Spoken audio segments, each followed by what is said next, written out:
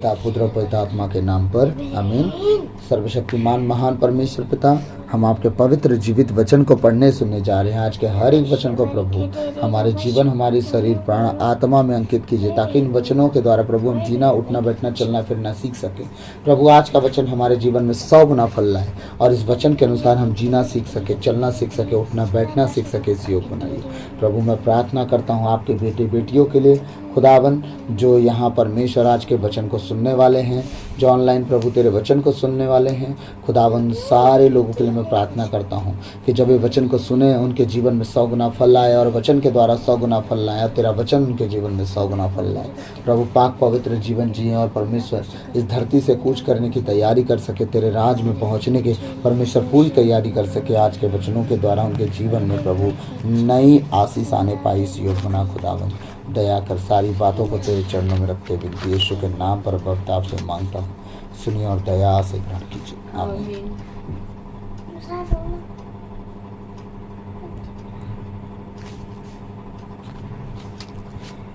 आज हम वचन निकालेंगे, मेरे साथ सब लोग, 356 पेज, नया विधान, याकूब का पत्र, दूसरा अध्याय, 14 से 26 आज हम देखेंगे। कल हमने 10 से 13 देखा, आज 14 से 26 देखेंगे, पूरा का पूरा है।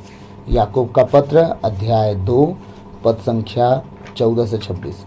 इसी बहाने आप लोग का बाइबल रीडिंग भी हो जा रहा है और वचन भी समझ जा रहे हैं।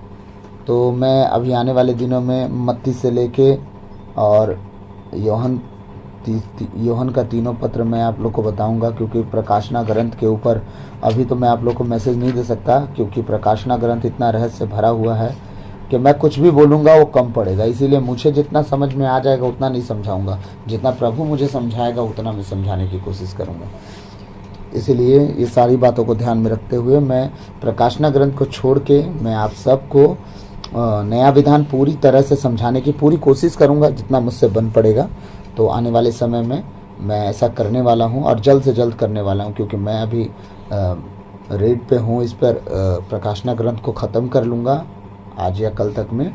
तो फिर मैं मत्ती में जब जाऊँगा तब मत्ती में से आप लोग को एक एक वचन पे ध्यान दूँगा और आप लोग को भी उस पर चलने के लिए एक मार्गदर्शन करूँगा जितना मुझसे बनेगा।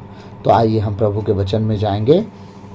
मैंने फिर से एक बार आपको मैं दोहरा रहा हूँ, याकूब का पत्र अध्याय 2 पद संख्या 14 से 26, नया विधान पेज नंबर 356 में मिलेगा। आइए प्रभु का वचन देखते हैं।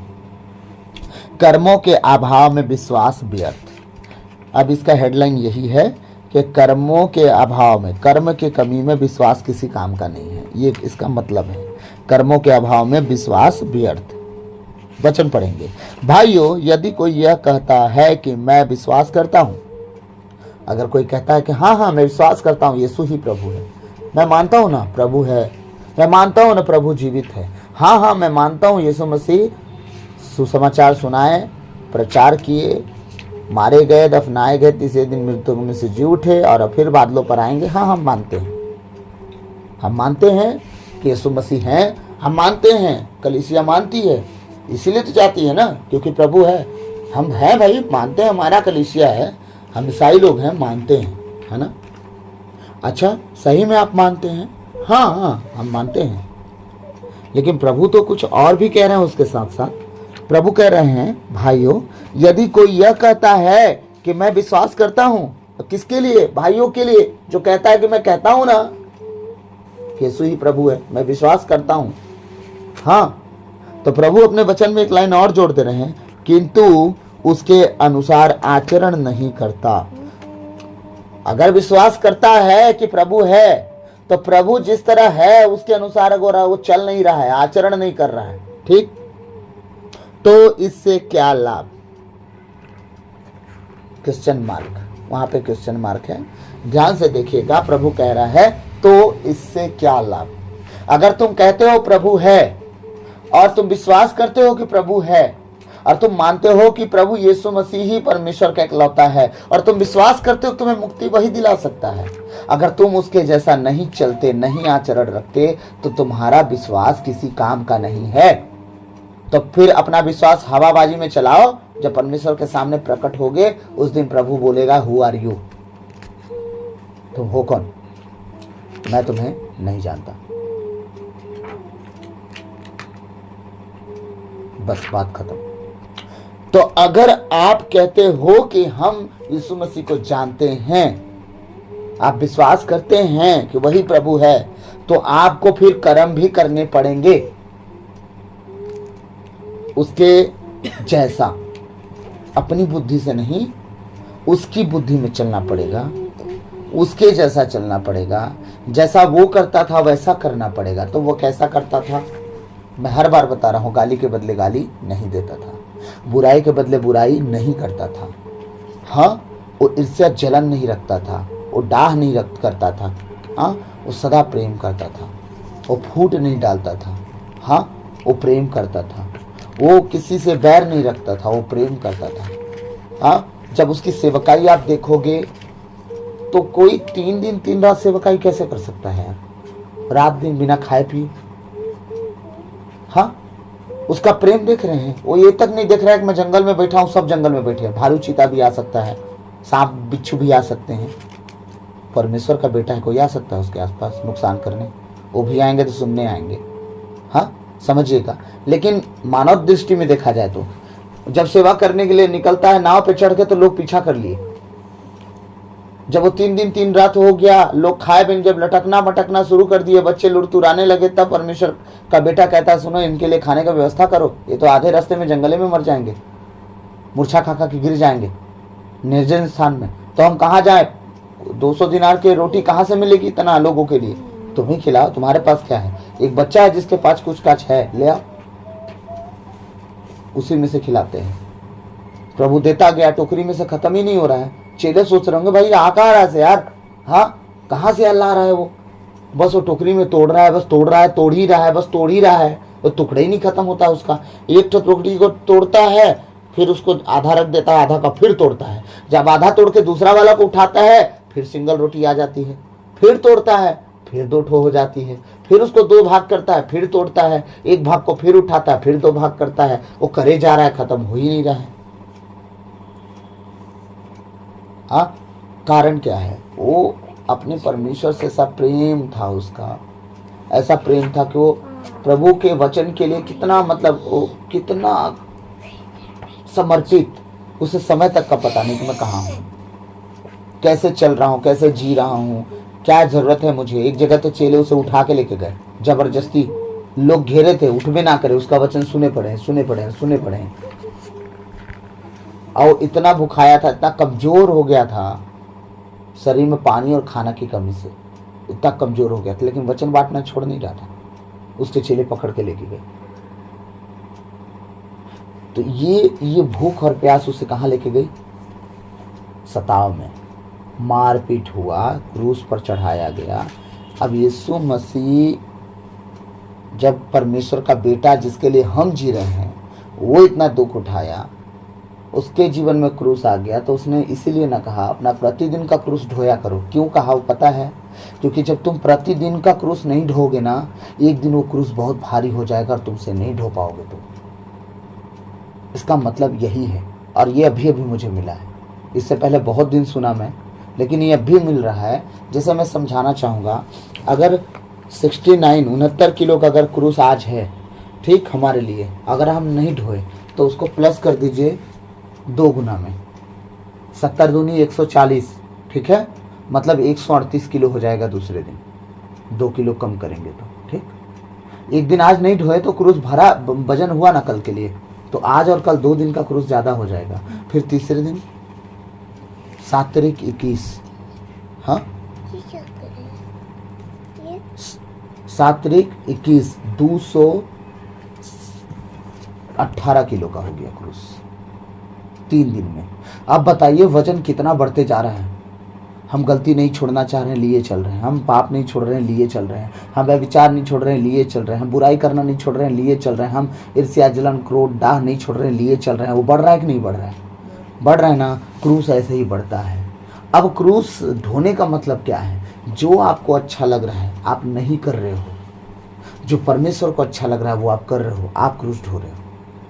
आपको परमेश्वर ने कहा व्यभिचार ना करना, आप नहीं कर रहे हो, मन हो रहा है, टाइम है, अवसर है, मौका है, पर आप नहीं कर रहे हो, इसका मतलब आप क्रूस ढो रहे हो। आप परमेश्वर ने कहा आप चोरी मत करना, आपके पास सामने रखा हुआ खजाना है, आप चाहो हाथ मार लो, कोई देखेगा भी नहीं, जानेगा भी नहीं, आपको सब पता है, पर आप उसे नहीं कर रहे हो, आप क्रूस ढो रहे हो अपने आप को रोक के। हाँ, परमेश्वर ने कहा लालच मत करना, आपके पास लाखों की प्रॉपर्टी है, जब चाहो हड़प सकते हो, कैसे भी इधर उधर करके कमा सकते हो, धोखा देके कमा सकते हो, रिश्वत घूस लेके कमा सकते हो, लालच करके कमा सकते हो, बिजनेस में ज्यादा पैसा लेके कमा सकते हो, पर परमेश्वर ने कहा लालच ना करना। आप क्या किए, एक क्रूस उठा लिए कि नहीं, हमारा परमेश्वर जैसा कहा वैसा करेंगे, हमेशा नहीं करेंगे। आपने एक क्रूस ढो लिया। याद है, प्रतिदिन क्रूस हल्का होते जाएगा, वो भारी नहीं होते जाएगा, हल्का होते जाएगा, होते जाएगा, होते जाएगा। एक दिन खुदा खुद मिल जाएगा आपको। आमीन। फिर परमेश्वर आपको दर्शन देगा, कहेगा कि हाँ तुम सही पर्सन हो मेरे लिए, और मैं ऐसे लोगों को ही खोजता हूँ जो प्रतिदिन अपना क्रूस उठा के मेरे पीछे चलते हो। मेरे पीछे चलते हो का मतलब क्या है? मेरे पीछे चलते हो के मतलब ये है कि मैं जिस तरह चला सेम उसी टॉपिक में, उसी के अनुसार वैसे ही तुम भी चलो मेरे पीछे।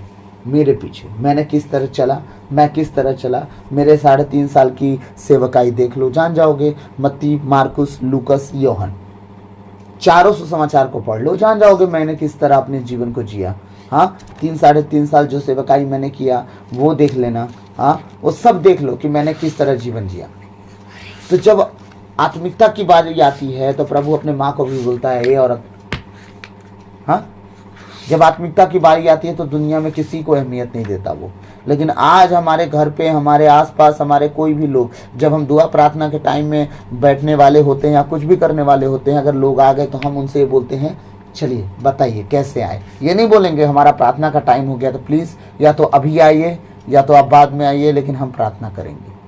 अगर ये बात आप बोलना शुरू कर दो, लोग आपसे नाराज हो जाएंगे। लेकिन आप नाराज करना नहीं चाहते लोगों को, आप लोगों को नाराज नहीं करना चाहते। प्रभु भले आके बैठे और चला भी जाए कि मेरे टाइम पे मुझे तुम्हें सुनना था और तुम्हारे पास मैं बैठा हूं कि तुम आराधना करोगे, मैं लेके जाऊंगा स्वर्ग तक तुम्हारी स्तुति आराधना को। लेकिन उस टाइम तुम क्या किए, गप्पे मारने लगे। परमेश्वर का आत्मा आया भी सेम टाइम पे, जिस टाइम पे हम निर्धारित रखते हैं अपने प्रभु को धन्यवाद देने के लिए, और चला भी गया, और हमने उसे जो देना था नहीं दिए। फिर आप कुछ भी करो, फिर कोई फर्क नहीं पड़ता, फिर आनंद मनाते रहो अकेले, क्योंकि आपने खुदा का समय तो किसी और को दिया ना।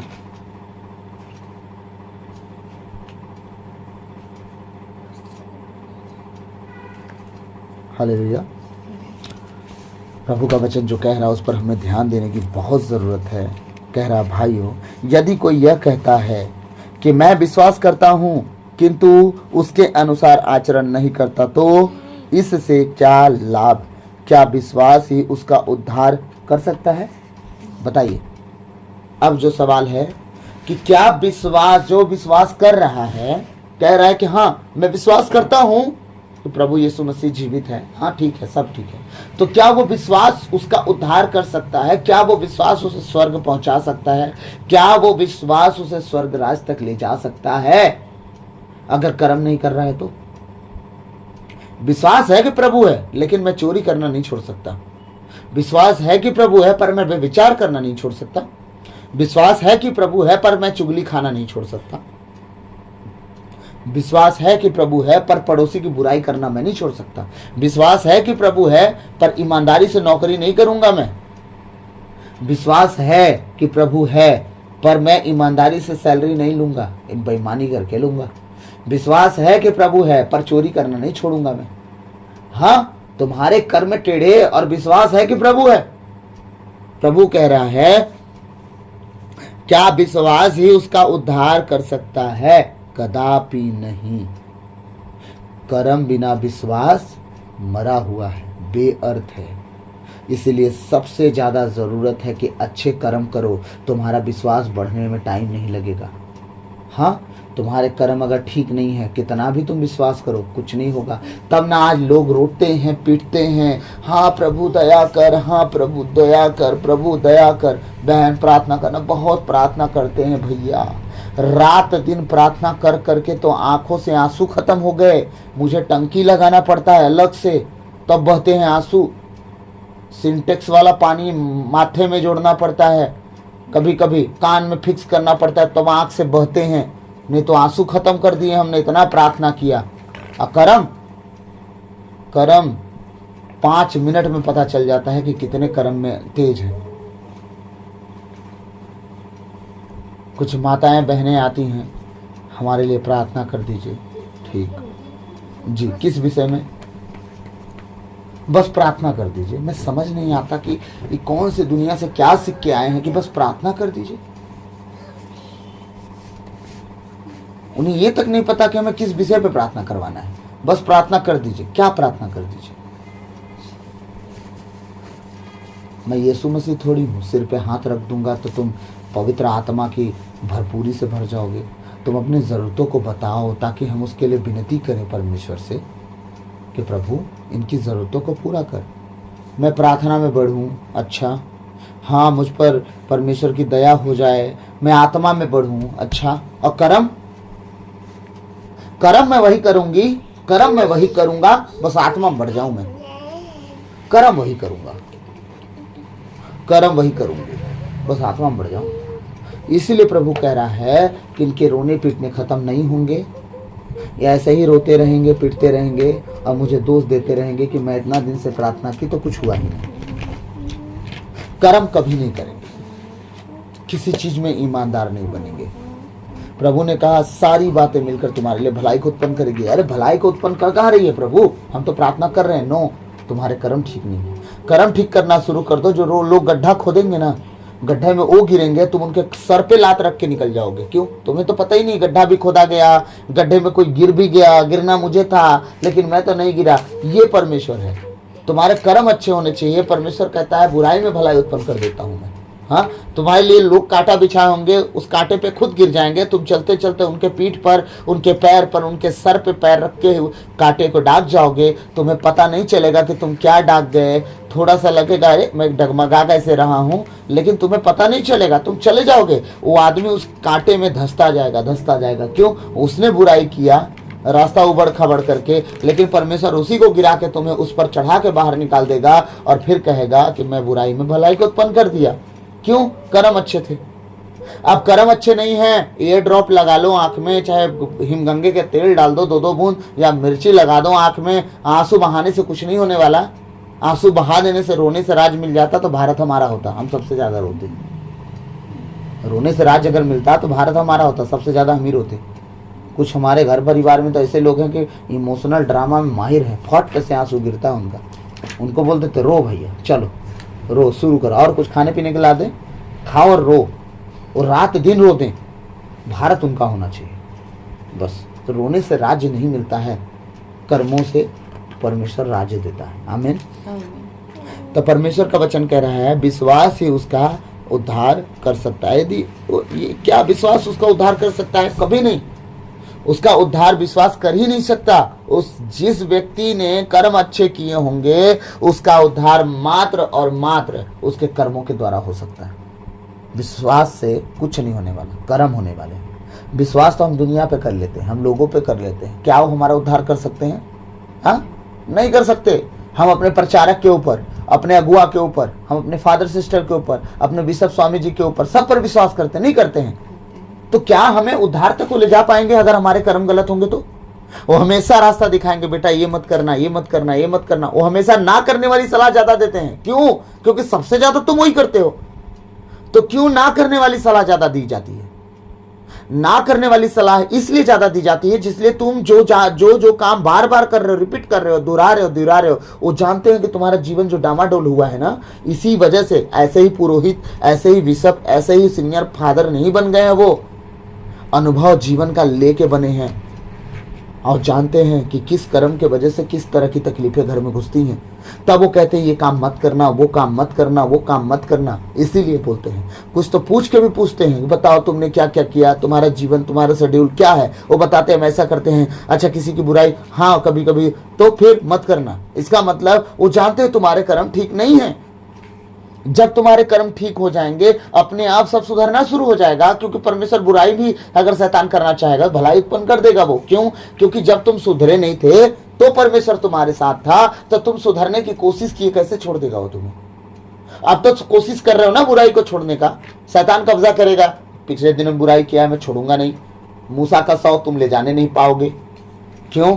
क्योंकि इसने चट्टान पे पत्थर मारा था, परमेश्वर की आज्ञा टाला था। उससे क्या हुआ? माफी तो मांगा ना, चल निकल यहां से।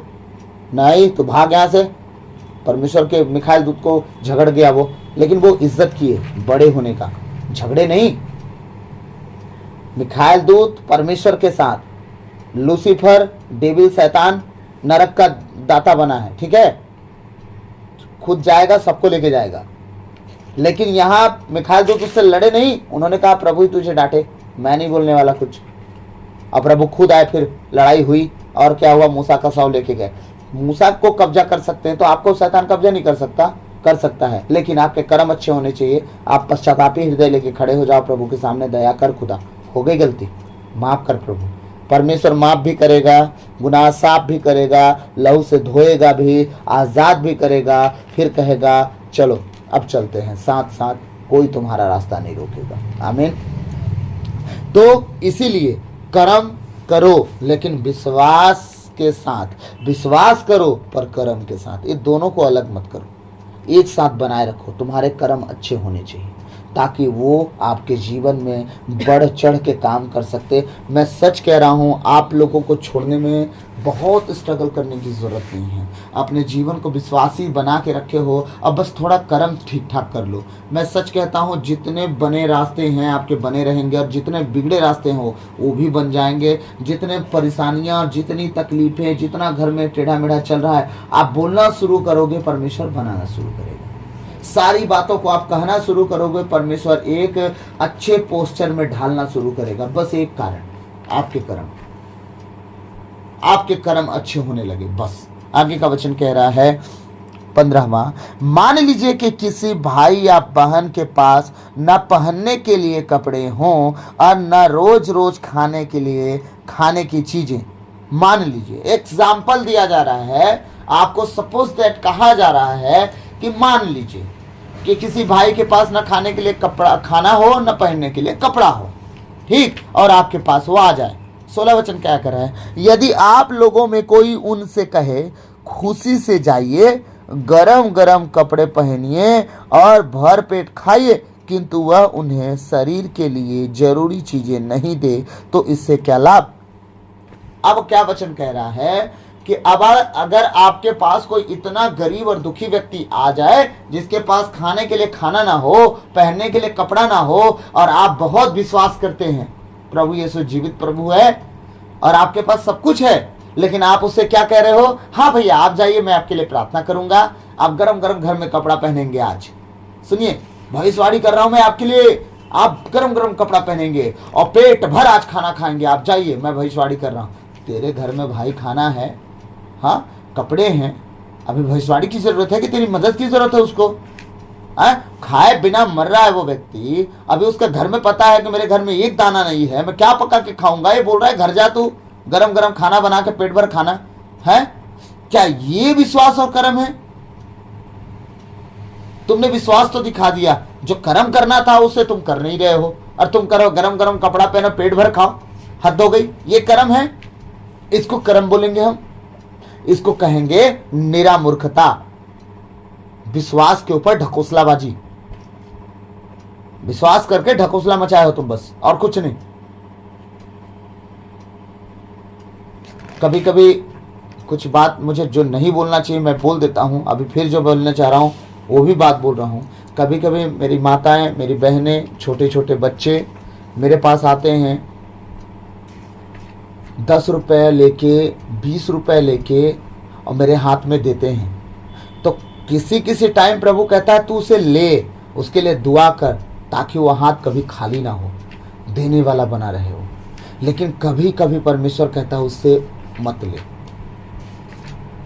क्योंकि वो उसके पास लिमिट पैसा है, वो भी तुझे दे रहा है, तो बस उसके लिए दुआ कर दे। मैं नहीं लेता, वो जबरदस्ती देना चाहते हैं तो भी उनके हाथ में वापस करता हूँ कि लो आप मेरे तरफ से अब इसे रखो।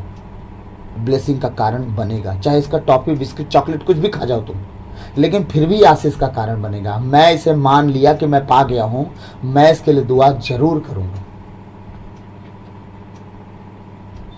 लेकिन बहुत जगहों पे मैं देखा हूं कि जो उनके तन पे कपड़ा नहीं है, अगर वो 10-20 रुपए देते हैं ना, कुछ लोग उसे ले भी लेते हैं और उनके लिए दुआ भी करते हैं, लेकिन दुआ इतना शॉर्ट फॉर्म में होता है कि प्रभु आशीष दे। लेकिन जब 500 1000 के नोट निकलते हैं तब थोड़ी लंबी दुआ कैसे आ जाती है, फिर मैं ये समझ नहीं पाता। जब वो गरीब जिसके तन पे कपड़ा नहीं है और 20 का नोट दे, 10 का नोट दे, तो उसके लिए दुआ ये होती है प्रभु आशीष दे। लेकिन जब 500 के या 2000 के नोट हाथ में आते हैं तो खत्ते भंडार पे आशीष दे प्रभु, तेरी कमाई के जरिए को बढ़ा प्रभु, ये कर प्रभु, वो कर। इतनी लंबी आशीष से फिर कहां छूटने लगती है भाई? हाँ, क्या रिटर्न उन पैसों के लिए जो आपके हाथ में आए, क्या आप दुआ करते हो अपने घर पे आके कि प्रभु आज मैं जब गया था तेरे सेवकाई में, कुछ लोग आए थे, 2-4 जन मुझे 10 रुपये 50 रुपये 100 रुपये देके गए हैं, प्रभु उन्हें इतना ऊंचा करके कभी वो मांगे ना। उनकी ज़रूरतें इतनी बढ़ा परमेश्वर की कलीसिया, मैं जाऊं या ना जाऊं, तेरा सेवा करने जो उस भवन में आया खुल के दे सकें, ताकि सेवक जब अपने घर जाए तो अपने घर का देख रेख कर सके। उन्हीं के द्वारा तो उनका घर चलाएगा ना। तो ऐसा कर कि वो देने में ना उनको दुख हो, देने में ना आखरे। जब उनके पास रहेगा ही नहीं तो देंगे कहां से? तो अगर तू देने वाला बनाएगा तब तो वो देंगे ना। वो खुद मांगने वाले रहेंगे, खुद फटे चीथड़े पहनेंगे तो अपनी पुराएंगे कि तेरे लोगों का सेवा कर पाएंगे। तो तू दे, तूने खुद कहा है ना परमेश्वर मेरे लोग मांगने वाले नहीं देने वाले होंगे, वो पूछ नहीं सिर ठहरेंगे। तो उसको उसकी वादा हमें याद दिलानी पड़ेगी, ताकि परमेश्वर के भवन में जो लोग गरीबी में आते हैं वो गरीबी में सेम ना रह जाएं, आने वाले दिनों में बढ़ते जाएं। मैं कुछ कलीसियाओं के लिए दुआ कर रहा हूं आजकल, कुछ कलीसियाओं के लिए जिस कलीसिया में बहुत गरीबी है, जो मतलब क्या कह जाए, गिरजा का दान आता है मात्र 1900, कलीसिया है 300 की 250 की, हाँ 400 कलीसिया आ रही है। 400 कलीसिया में मतलब थोड़ा लगता है ना कि हमारे फादरों का, हमारे पुरोहितों का कैसे चल रहा होगा। जब 900-800 रुपये गिरजा दान उनको मिलेगा तो बताइए कलीसिया उनका कलीसिया का तो सब ठीक है, नौकरी में है, घर परिवार वेल मेंटेन है, सब ठीक चल रहा है। लेकिन जो हमारा सेवा करने वाला हमारा पुरोहित है उसका 1000 में कैसे चलेगा? क्योंकि उस भवन का, उस एरिए का सबका देख रेख तो उनके हाथ में रहेगा ना। हाँ, सब कुछ समझेगा। तो मतलब इन चीज़ों के लिए मैं दुआ कर रहा हूँ कि कलीसिया अपनी बढ़ोतरी के लिए फादर के लिए कुछ मत करे, फादर अपना देख लेंगे, ठीक है। फादर वो भवन को भी देख लेंगे, बिजली का बिल भी देख लेंगे, वहाँ का मेंटेनेंस भी देख लेंगे, आप मत देखो, कोई बात नहीं। लेकिन तुम्हारी बरकत कैसे होगी मेरे बहन मेरे भाई, जब तुम्हारे जीवन से बीज नहीं निकलेगा उस कलीसिया में जाने के लिए। सारे दशमांश मेरे भंडार में लेके आओ। हाँ, सारे का मतलब एक ठो नहीं, सिर्फ कमाई का दशमांश, तुम्हारी आमदनी में जो तुम्हारे खेत में आते हैं उन सब का। हाँ, अब समझो आप, जब आप बीज ही नहीं बोगे तो फल कहां से काटोगे? हम धान का एक बीज निकालते हैं, गाड़ते हैं, उसमें से एक अखुआ निकलता है, फिर अंकुरित होता है, बड़ा होता है, पेड़ बनता है। हम रोपा लगाते हैं, 180 दाना, 150 दाना, 200 दाना, एक दाना में निकला तो हम एक दाना बीज बोए, कितना निकला? 150 दाना। कलीसिया 1000 बोएगी तो कितना कमाएगी? 10,000। ठीक, अगर 10,000 बोई तो 1 लाख, अगर 1 लाख बोई तो 10 लाख। खुदा लेता थोड़ी है, वो तो 10 गुना लौटाता है ना। आपसे तो 90, अरे सीधे सीधे 90% तो आपको दिया ना यार परमेश्वर, जीने खाने के लिए 10% तो अपने भवन में मांगा ना। किस लिए? ताकि वो लेने के बाद बोए खुद, फिर आपको क्या करे? लुटाए। ले, अब तेरी कमाई तुझे ब्याज सहित वापस कर रहा हूं। कैसे? तेरा बेटा नौकरी में, कैसे तेरी बेटी नौकरी में, कैसे तेरी कमाई में बीमारी नहीं लगेगी, कैसे तेरे घर में कोई बड़ा रोग नहीं घुसेगा, कैसे तेरे एक्सीडेंट नहीं होंगे, कैसे तेरे घर में कोई शॉर्ट सर्किट नहीं होगा, कैसे गाज गिरेगा तो तेरे घर के आसपास नहीं गिरेगा कि गाज गिरा, फ्रिज उड़ गई, कूलर उड़ गया, टीवी उड़ गई, सब जल गया, राख हो गया। No no no no no, हमारे घर के कितना दूर पे, 100 मीटर के दूर पे गाज गिरा, वहां का पेड़ जल के राख हो गया, हमारा इन्वर्टर का बैटरी उबाल मार गया, लॉकडाउन के बीच में 3 महीना हमने बैटरी उबलता चलाया। मिस्त्री कहता ब्लास्ट हो जानी थी बैटरी, हमारे घर की बैटरी को ब्लास्ट क्या, हिट होती थी, टेम्परेचर हाई हो जाता था, उबलने लगती थी बैटरी, ब्लास्ट कभी नहीं हुई। 3 महीना अनजाने में चलाते रहे। बोलता है कि अगर ब्लास्ट होती कोई नहीं बचते, तुम लोग बचते ही नहीं। और हम लोग कहां, जहां सोते वहीं बैटरी रखे थे। है सही है। लॉकडाउन के बीच में हमारा खुदा हमारे साथ था। बैटरी रिटर्न गई, 1 रुपया लगाना पड़ा नहीं। नया बैटरी वापस आई, 1 रुपया लगाना पड़ा नहीं।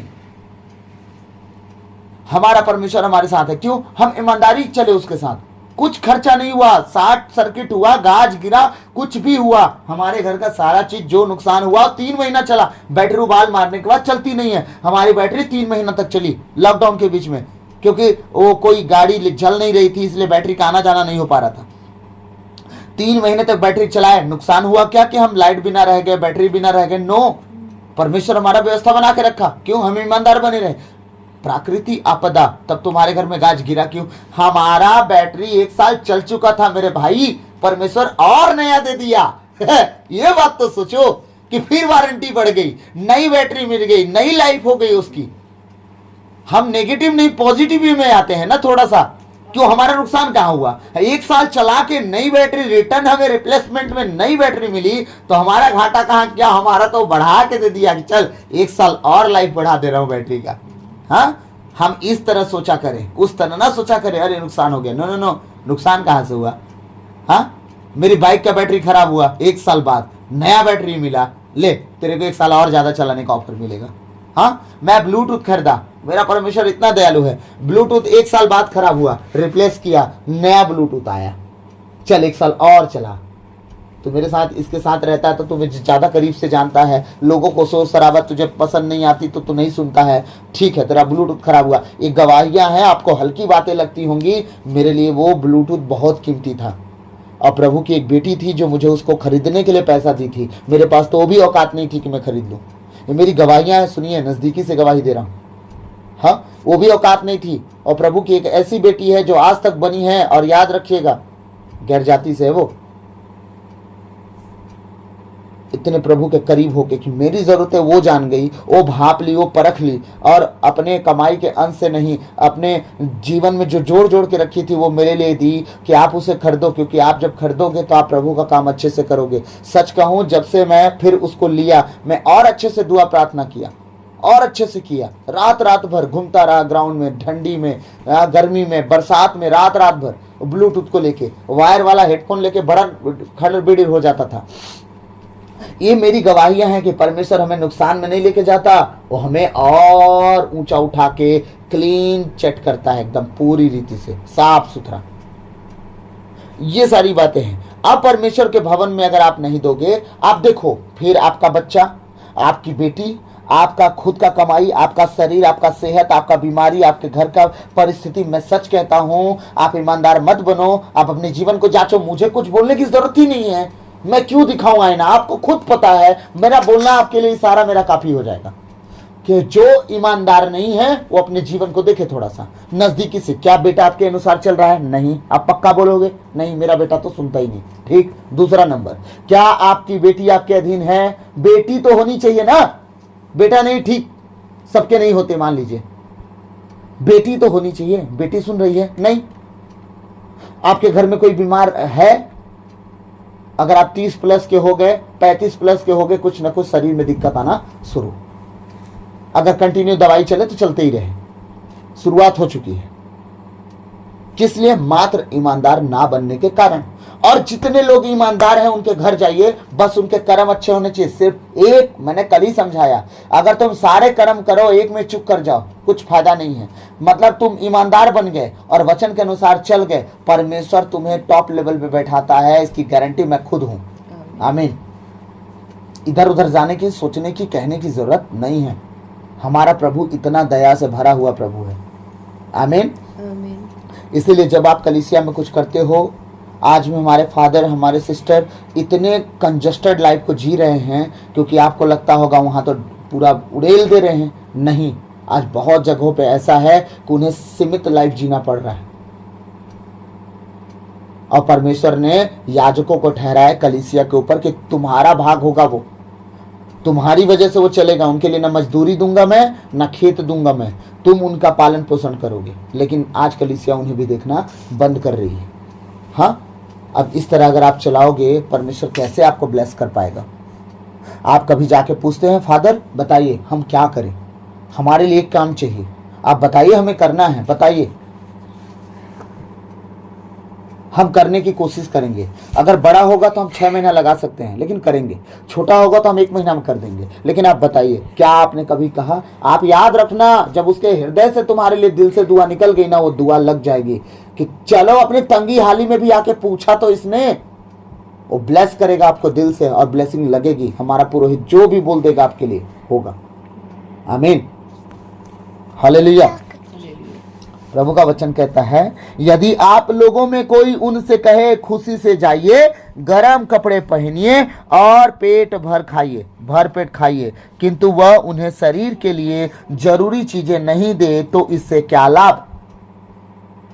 आप कर्म किए नहीं, विश्वास दिला दिला के भेज दोगे, क्या क्या लाभ? हाँ, अब मैं कपड़ा भी गरम पहना हूं, खाना भी पेट भर खाया हूं, अब मैं उनसे थोड़ी बोलूंगा कि मुझे खाना और कपड़ा चाहिए। अब मुझे आशीष चाहिए, ब्लेसिंग चाहिए, आगे बढ़ने की चाहिए। अब वो बोलेंगे जाओ पेट भर खा और सो, तो उसमें आगे बढ़ूंगा। अब वो क्या बोलेंगे? खाना कम खा, सो कम, प्रार्थना ज्यादा कर, और उससे कहीं ज्यादा बाइबल पढ़।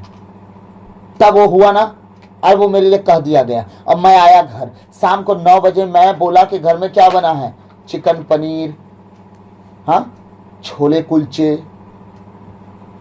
इडली सांबर, ललचिएगा मत, ठीक है, बने हैं। और मैं क्या किया? जहां मुझे 2 खाना था मैं खा लिया 9। पेट कहां तक भर गया? गले तक। जब पेट गले तक भर गया तो आपको क्या रात में प्रार्थना हो पाएगी आपसे? आप बाइबल पढ़ पाओगे? ब्रदर मुझे बहुत नींद आती है प्रार्थना के समय। ब्रदर हम क्या करें ब्रदर, बहुत नींद आती है ब्रदर। मैं कहता हूं 2 थाली और खा लो, क्या पता नींद खुल जाए पेट दर्द के मारे। जब सांस रुकने लगेगी तो नींद खुद ब खुद खुल जाएगी। इतना खा लो, या तो फिर इतना खाओ कि सुकून से खा के सो, दुआ प्रार्थना करके सो, ताकि शरीर भी स्वस्थ रहे और तुम्हारी आत्मा भी स्वस्थ रहे। हालेलुया। इसी तरह कर्मों के अभाव में विश्वास पूर्ण रूप से निर्जीव होता है। प्रभु का वचन क्या कह रहा है? 17वां, इसी तरह कर्मों के अभाव में विश्वास पूर्ण रूप से निर्जीव होता है। परमेश्वर का वचन कह रहा है, इसी तरह से विश्वास की कमी से, कर्मों की कमी से विश्वास पूरी तरह से मरा हुआ है, निर्जीव है, वो किसी काम का नहीं। कर्म बिना विश्वास व्यर्थ है। इसलिए आप कर्म करो, भूखे को भोजन दो, कपड़ा पहना दो, ये कर्म कर दिया आपने। अब विश्वास दिला के घर भेज दोगे। यही वचन आपके लिए कहा जा रहा है कि देखो, लाख विश्वास करो लेकिन कर्म बहुत अच्छे से करो। नाम है कर्म, कर रहे कुकर्म। मतलब क्या निकला? नाम की तरह आचरण भी होना चाहिए। हालेलुया। वीडियो थोड़ा लंबा हो रहा है तो एक टॉपिक और पढ़ता हूं मैं, 18 और 19, बाकी का कल हम पढ़ेंगे। नहीं तो 38। चलिए हम आज यहीं पे समाप्त करते हैं, क्योंकि वीडियो थोड़ा ज़्यादा लंबा हो जाएगा, फिर आप लोग सुनना पसंद नहीं करोगे, और सुनना पसंद करोगे तो मैं विश्वास करता हूँ कि आज कर्मों के द्वारा आप बहुत कुछ सीखे होगे।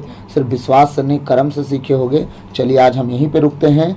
हम 18 से लेके आगे कल देखेंगे। अगर वीडियो लंबा हुआ तो हम फिर 2 भाग में जाएंगे, नहीं हुआ तो 1 भाग में ख़त्म करेंगे। मैं नहीं चाहता कि आप वचन को जल्दी जल्दी में ख़त्म करके आप लोग को बाइबल के बारे में बताना चाहूँ। मैं चाहता हूँ कि बाइबल को अंश अंश करके थोड़ा थोड़ा करके आपको बताऊँ, ताकि आप उसे ऑब्जर्व कर सको। जिस तरह रोटी चबा चबा के खानी चाहिए ताकि वो डाइजेस्ट जल्दी हो जाए, उसी तरह वचन भी हमें थोड़ा थोड़ा समझना है ताकि हम उसे पूरी रीति से समझ सकें।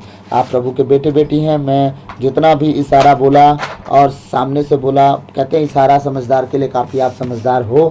आज जितनी बातें इशारों में मैंने की है, कि आपका कर्म क्या होना चाहिए, तो मैं विश्वास करता हूँ कि आप इन सारी बातों को समझ चुके हैं। और मैं ये भी विश्वास करता हूँ कि आपके कर्म अब से प्रभु को उपस्थित अपने सामने देखते हुए चलने वाली होगी, कि मेरे संग साथ मेरा प्रभु चलता है और मुझे हर पल देख रहा है। खाते समय हाँ, नहाते समय हाँ, हम तो कपड़ा के नहाते हैं, वो भी देख रहा है प्रभु। हाँ, उसके लिए तो तुम उसके बेटे बेटी हो। जिस तरह आपका बच्चा 1 साल का होता है, आप 25 साल के हो चाहे 500 साल के हो जाओ, प्रभु के सामने तो आप 1 साल के ही बच्चे हो। वो आपके साथ 24 घंटे रहेगा, आपको नहीं छोड़ सकता। वो ना झपकी लेता है ना ऊँगता है। अगर वो झपकी ले लेगा, ऊँग लेगा, तुम बचोगे ही नहीं, सीधी बात है। इसीलिए परमेश्वर 24 घंटा हर पल हमारे संग साथ रहता है। इन सब बातों का ध्यान रखिएगा। आइए हम अंतिम प्रार्थना में जाएंगे। सर्वशक्तिमान महान परमेश्वर पिता, हम आपको धन्यवाद देते हैं, राजाओं के राजा, प्रभुओं के प्रभु, प्रभु यीशु मसीह, पिछली रात के लिए, आज के दिन के लिए, शाम रात के लिए खुदावन हम आपको धन्यवाद देते हैं कि आपने अब तक हमें जीवित, सुरक्षित और अचानक मरण से बचाया। हर अप्रिय घटना से, हर दुर्घटना से, हर एक्सीडेंट, महामारी से बचाया, उसके लिए धन्यवाद पिता। आज तक जो भी हमसे मन वचन कर्म से, अपना कर्तव्य पूरा ना करने से जो से हमसे गलती गुनाह हुआ हो, उसके लिए हमें क्षमा कीजिए पिता। हम पर दया कीजिए, दया कीजिए खुदावन। हमें गलती और गुनाहों, अपराधों को क्षमा कीजिए। हमें पवित्रता और खराई में जीना, चलना, उठना बैठना सिखाइए। हमें नम्र और दीन बनाइए, ताकि प्रभु जिस तरह आपका स्वभाव स्वरूप था हम धारण करें, उसके अनुसार जी सके। प्रभु हम धन्यवाद देते हैं सुंदर समय के लिए, आपके जीवित वचन के लिए। प्रभु आपके जीवित वचन में जो भेद हम पर प्रकट किया आपने, उस भेद के लिए हम धन्यवाद देते हैं। प्रभु हम धन्यवाद देते हैं कि आने वाले दिनों में प्रभु आपकी कलीसियाओं में जब आप हमें उपस्थित करेंगे खुदा, और भरे भेद से भरे हुए काम आप हमसे करवाएंगे पिता। हम धन्यवाद देते हैं प्रभु। हम इस्तेमाल कीजिए, हमारी सीमा को बढ़ाइए खुदावन। आपने कहा है कि तुम दुनिया के अंतिम छोर तक मेरे साक्षी बनोगे पिता। हम आपके साक्षी बनना चाहते हैं दुनिया के अंतिम छोर तक। हम पर दया कीजिए हे परम प्रधान परमेश्वर। आज जितने ऑनलाइन आपके वचन को सुने परमेश्वर, वो 100 गुना फल लेके आए परमेश्वर, अपने जीवन से, अपने घर से, अपने परिवार से, अपने परिवार के सदस्यों से। प्रभु मैं प्रार्थना करता हूँ वो सिर्फ विश्वासी नहीं, कर्म करने वाले बने आज के बाद यीशु मसीह के नाम से। प्रभु आज का वचन सुनते उनके जीवन में प्रभु ऐसे बदलाव आए कि वो अपने जीवन से प्रभु आपको ढूंढना शुरू करें, और अपने कर्म को प्रभु आपको उपस्थित जान के करना शुरू करें। मैं प्रभु उन बेटे बेटियों के लिए प्रार्थना करता हूँ जिसे तूने मुझे दिया है प्रभु, मेरे आत्मिक बच्चों के लिए, चाहे वो अंबिकापुर के हों, चाहे वो जसपुर के हों, चाहे प्रभु जड़िया के हों, लुड़ेक के हों परमेश्वर, चाहे वो कहीं के भी हों परमेश्वर, तेरे उन सारे बेटे बेटियों के लिए मैं प्रार्थना करता हूँ। प्रभु तूने कहा है अगर तुम में कोई पाप करे, वो सब समझे कि मेरे लहू से धोया गया है, वो अपने पापों को स्वीकार करे बस। प्रभु उनके पापों को तू क्षमा करना खुदावन, उनको अपने लहू से धो के शुद्ध और पाक और पवित्र करना परमेश्वर। उनके जीवन को, उनके मन हृदय को, उनको उनके हर एक परिस्थिति को अपने लहू से परमेश्वर कवर और सील करना पिता। पिता मैं प्रार्थना करता हूँ विशेषकर अर्नोल्ड के लिए, जो परमेश्वर इस वचन को डालने में प्रभु उसका परमेश्वर पूरा रात का जगना, और परमेश्वर जो योगदान दे रहा है प्रभु से 100 गुना आशीषित करना खुदावन। परमेश्वर मैं प्रार्थना करता हूँ उसके शरीर, प्राण, आत्मा, बुद्धि, ज्ञान, प्रवीणता में उसे ऊंचा उठाना परमेश्वर। उसके ओ परमेश्वर उसके बिजनेस लाइफ में परमेश्वर उसे ऊंचा उठाना परमेश्वर, और सदा तुझे याद करता चले पिता। मैं प्रार्थना करता हूँ उसके घर घराने को प्रभु आशीष से भरना, वो कभी किसी बात के लिए दुखी ना हो पिता। मैं प्रार्थना करता हूँ प्रभु हर एक के जीवन के लिए, उनके घर परिवार के लिए, उनके शरीर, प्राण, आत्मा के लिए, उनके कमाई के जरियों के लिए परमेश्वर आशीष से भरना। कभी वो मांगने वाले नहीं, सदा देने वाले हो प्रभु। सारी बातों को तेरे चरणों में रखता हूँ। इस घर को, अपने आप को, अपने परमेश्वर पत्नी बेटी को, अपने परमेश्वर घर परिवार को तेरे बलवंत हाथों में देता हूँ। तेरी आत्मा में परमेश्वर उड़ते जाएं, तेरे ज्ञान बुद्धि विवेक में बढ़ते जाएं, पवित्र खरा इनका जीवन हो। हर एक नेगेटिविटी की आत्मा जो दूसरों से उठ उठ के आती है प्रभु, इनके जीवन से सदा दूर रहे, तेरे लहू में कवर सील रहे परमेश्वर। वही आत्मा इसमें एंटर करे परमेश्वर जो तेरी ओर से हो। वो सारी आत्माएं, चाहे वो नेगेटिविटी की हो, ईर्ष्या, जलन, क्रोध, डाह, फूट, बैर, और परमेश्वर जितना बैर भाव की हो, तेरे नाम से दूर रहे। नम्र और दीन होकर जीवन जीने वाले हो इस योग में प्रभु। मैं अपने घर परिवार के लिए प्रार्थना करता हूँ, मन फिराए, पश्चाताप करें, तेरे सुसमाचार में विश्वास करें, और पिता पुत्र पवित्र आत्मा के नाम पे बपतिस्मा ग्रहण करें, क्योंकि तेरा राज निकट है। सारी बातों को तेरे चरणों में रखते विनती नाजरत के यीशु मसीह के मीठे और मधुर नाम से अब्बा पिता आपसे मांगते हैं, सुनिए और दया से ग्रहण कीजिए। आमीन। धन्यवाद यीशु, धन्यवाद Yeshu. Hallelujah, hallelujah, hallelujah, hallelujah, hallelujah, hallelujah, hallelujah, hallelujah, hallelujah. मेरे साथ प्रार्थना करें सब लोग जितने सुन रहे हैं। धन्यवाद, धन्यवाद, धन्यवाद यीशु। Hallelujah, hallelujah, hallelujah. धन्यवाद, धन्यवाद, धन्यवाद यीशु, धन्यवाद यीशु, धन्यवाद यीशु। Hallelujah, hallelujah. ओ प्रभु, आपकी तारीफ हो, महिमा हो, प्रशंसा हो, बड़ाई हो, आपकी जय जयकार हो। प्रभु आपको धन्यवाद, धन्यवाद, धन्यवाद देते हैं। सारी बातों को आपके चरणों में रखते हुए यह विनती नाजरत के यीशु मसीह के मीठे और मधुर नाम से अब्बा पिता आपसे हम मांगते हैं, सुनिए और दया से ग्रहण कीजिए, आमीन। प्रभु की विनती, हे पिता हमारे, तू जो स्वर्ग में है, तेरा नाम पवित्र किया जावे, तेरा राज आवे, तेरी इच्छा जैसे स्वर्ग में है वैसे इस पृथ्वी पर भी पूरी होवे। हमारा प्रतिदिन का आहार आज हमें दे, और हमारे अपराध हमें क्षमा कर जैसे हम भी अपने अपराधियों को क्षमा करते हैं, और हमें परीक्षा में न डाल दे परंतु बुराई से बचा, आमीन। सब लोग मेरे साथ, प्रणाम मरियम कृपा से पूर्ण, प्रभु तेरे साथ है, धन्य है तू स्त्रियों में और धन्य है तेरे गर्भ का फल यीशु। हे सन्मा मरियम, परमेश्वर की मां, हम पापियों के लिए और हमारे मरने के समय, आमीन। आमीन। पिता पुत्र पवित्र आत्मा की महिमा होवे, जैसे वादे में थी आज सदा रहेगी, आमीन। क्रूस का चिन्ह पिता पुत्र पवित्र आत्मा के नाम पर, आमीन। जय यीशु, जय यीशु, जय यीशु। प्रभु को आशीष, प्रभु आप सबको आशीष दे। God bless you all.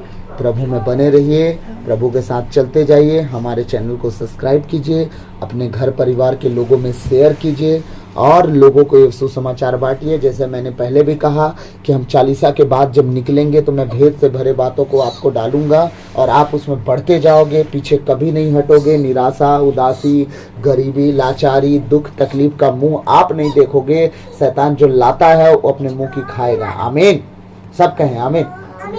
तो आप पढ़ते जाओ बाइबिल को और उसके अनुसार चलते जाओ, ताकि आपका कर्म बनते जाए और आपका विश्वास बना रहे और आप उड़ते जाओ, आमीन।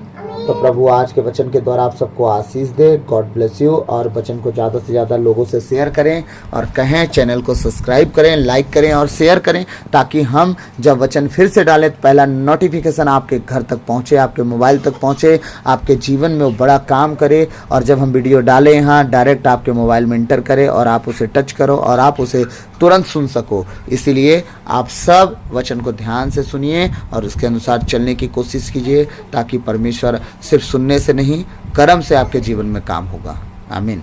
तो प्रभु आप सबको आशीष दे। सबको जय यीशु। दाव माखा, जय यीशु। Good night.